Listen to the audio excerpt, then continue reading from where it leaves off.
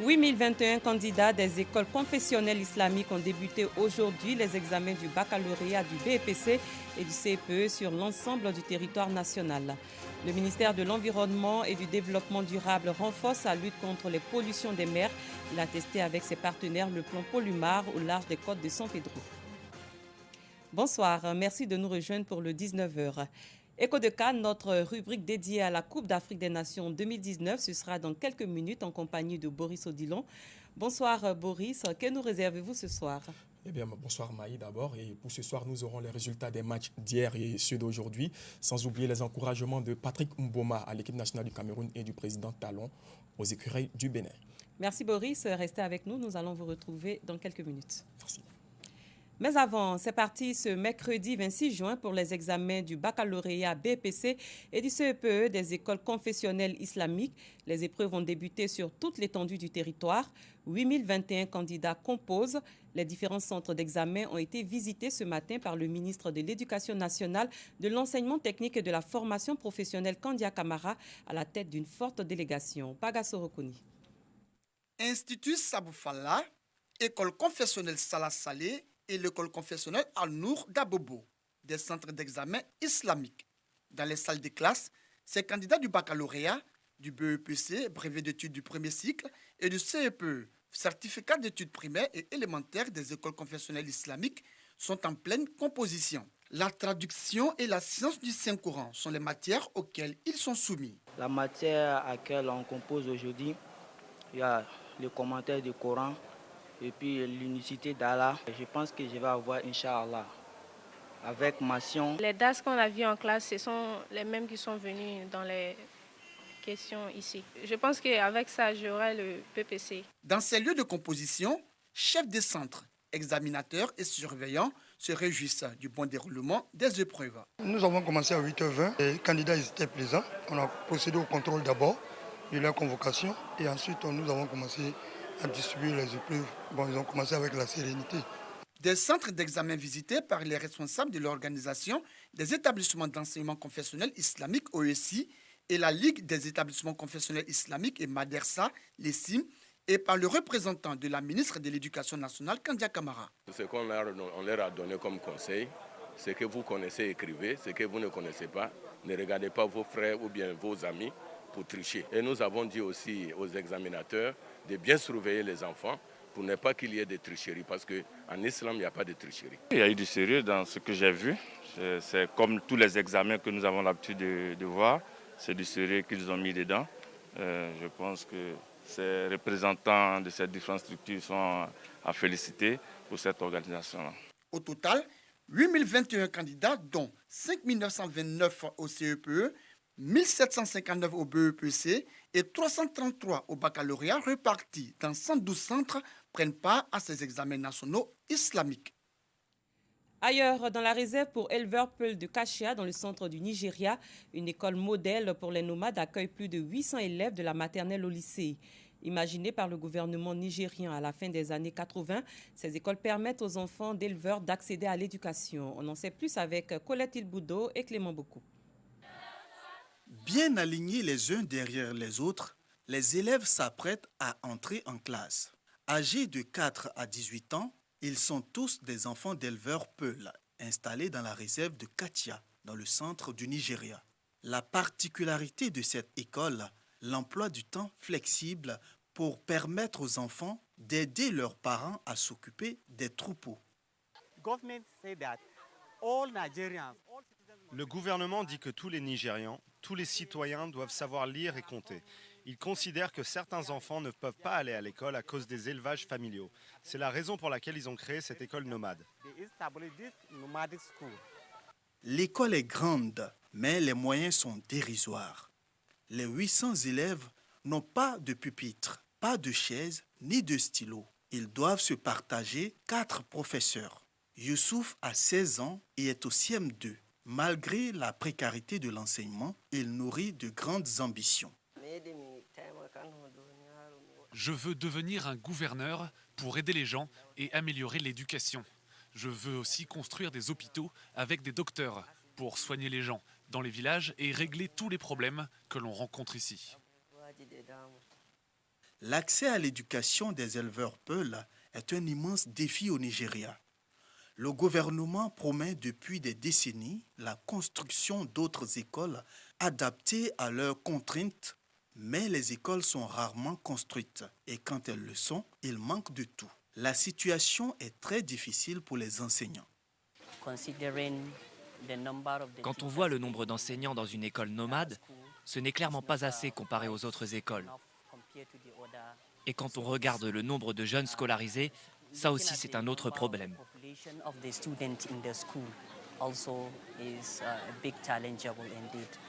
Sur les 10 et 15 millions d'éleveurs Peuls que compte le pays, plus de 3 millions d'enfants ne vont pas à l'école. De nombreux jeunes illettrés n'ont pas envie de reprendre les cheptels familiaux.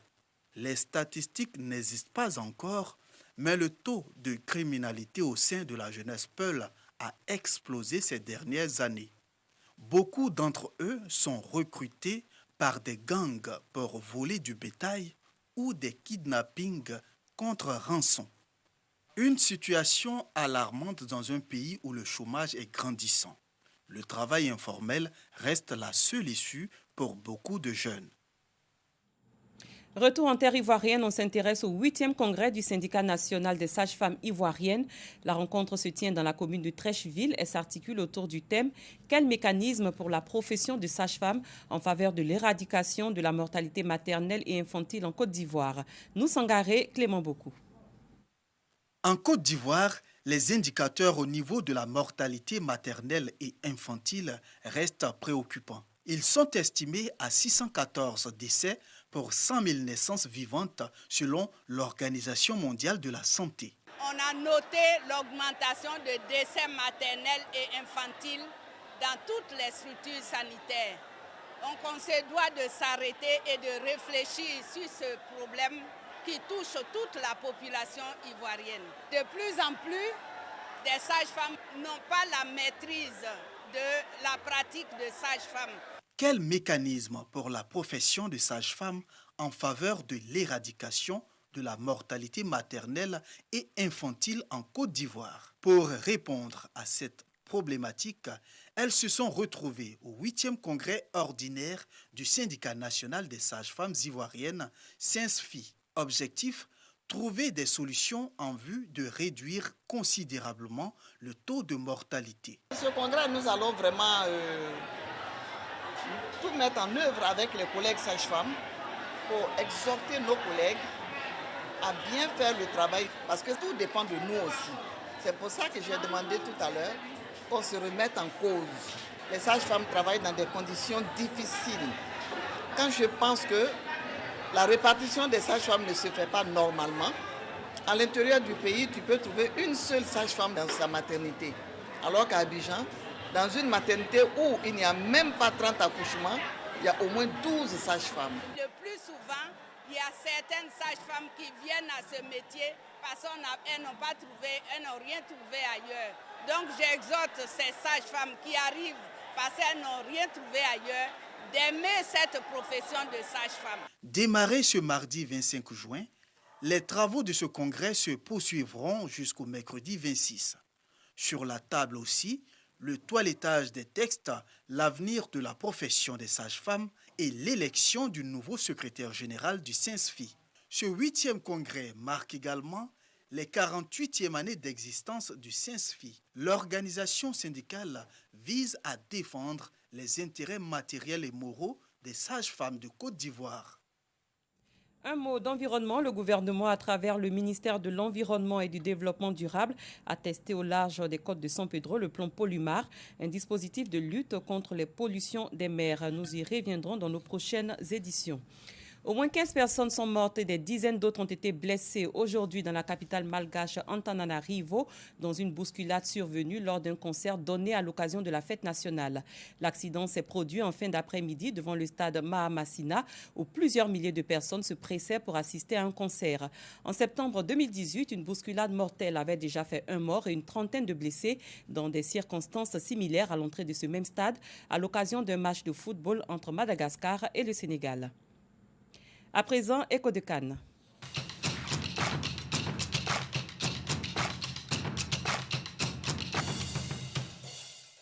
Bonsoir Boris Odilon.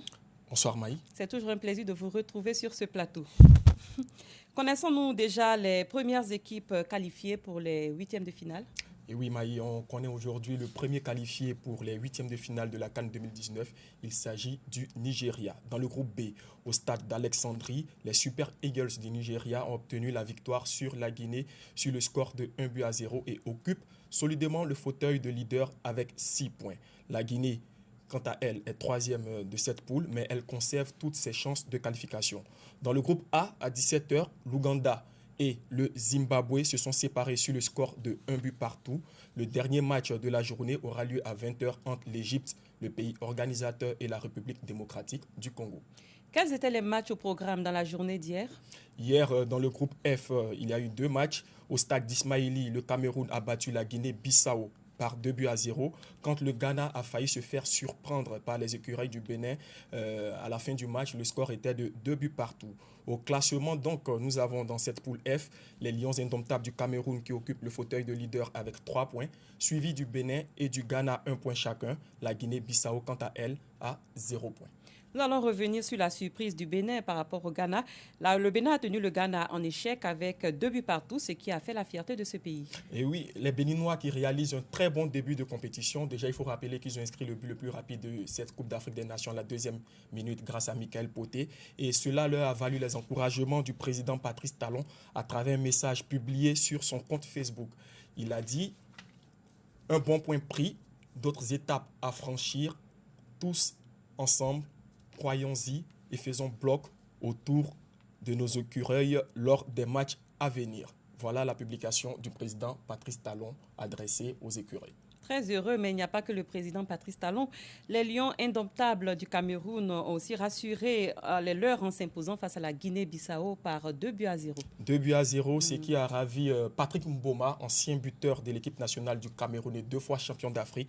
Il a publié sur son compte Twitter un message pour galvaniser ses jeunes frères. Ce message disait « Je suis supporter du Cameroun, je veux qu'il donne le meilleur et cherche à conserver le titre. » Il faut le rappeler, le Cameroun est champion en titre.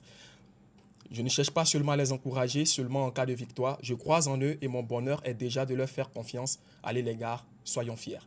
Mais c'est quand même drôle qu'ils disent qu'il est supporter du Cameroun. Patrice Mboma, il est camerounais. Il est camerounais. C'est normal qu'il supporte le Cameroun. Ah, mais on a vu des gens qui sont ivoiriens, mais qui supportaient aussi le Cameroun. Alors moi, j'en ai pas encore vu. Hein. Mais les joueurs camerounais, eux non plus, n'ont pas caché leur joie.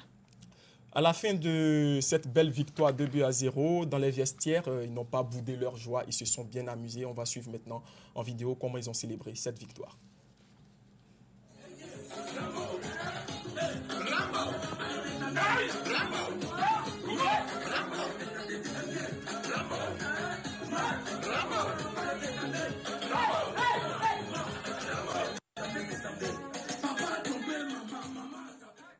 On peut le voir, sont de bons danseurs, hein, les Camerounais. Comme les Ivoiriens. Et l'homme du groupe Kif No Beat a eu une histoire un peu particulière avec l'ex-international Didier Drogba. C'est l'histoire d'une montre de luxe qui vaut plus de 100 millions de francs CFA. Vous avez bien entendu, plus de 100 millions de francs CFA. Une Richard Mille tourbillon. Elle appartient à l'ancien international ivoirien Didier Drogba, mais elle est convoitée par un jeune rappeur, Hello, du groupe Kif No Beat. Le reste en images. Le grand frère Drogba et moi, c'est une longue histoire de famille. Je l'ai posté sur mon Instagram. Il fait son attaque à la coupe. Que tu es le meilleur joueur de la Côte d'Ivoire. Tu es notre légende. En bas, il écrit « Lévier, monte sur ton poignet là. On fait comment ?» Il vient commenter, il me dit « Non, c'est rien. Tu peux passer à la maison quand tu veux. C'est famille. » Direct, il est dans son WhatsApp. Il dit « Lévier, c'est comment ?» Tu m'as dit de passer à la maison là. Il dit « Ah, Lévier, joue avec moi. » Il était en voyage en fait, il partait en Angleterre. Il était à l'aéroport de Doha. Donc il m'a dit dès qu'il vient au pays, on gère. En fait, le beau trou, la montre là, c'est Richard Mille. C'est pas moins de 150 000 euros. Et comme je suis un fanatique de montre, je veux augmenter ma collection. Donc Lévier, tu viens au pays, là, vous savez que c'est à toi. Si tu me donnes, il n'y a pas à vendre. C'est promis, il n'y a pas à vendre. Une blague ou pas? Je crois que ça ne doit pas être une blague. Didier Drogba va vraiment donner la montre d'une valeur de 100 millions de francs CFA à l'ONU. Quand Drogba dit, il le fait. D'accord, on verra bien. Quels sont les matchs prévus pour demain? Demain, sur le coup de 14h30, on aura Madagascar face au Burundi. Le Sénégal, à 17h, va croiser le fer avec l'Algérie. Et à 20h, le Kenya croise la Tanzanie. Merci infiniment, Boris Odilon. C'est moi qui vous remercie. Nous allons vous retrouver encore demain à nos bonnes heures. Merci beaucoup. Ainsi s'achève cette édition. Merci de votre attention. Très bonne soirée. Je vous retrouve également demain.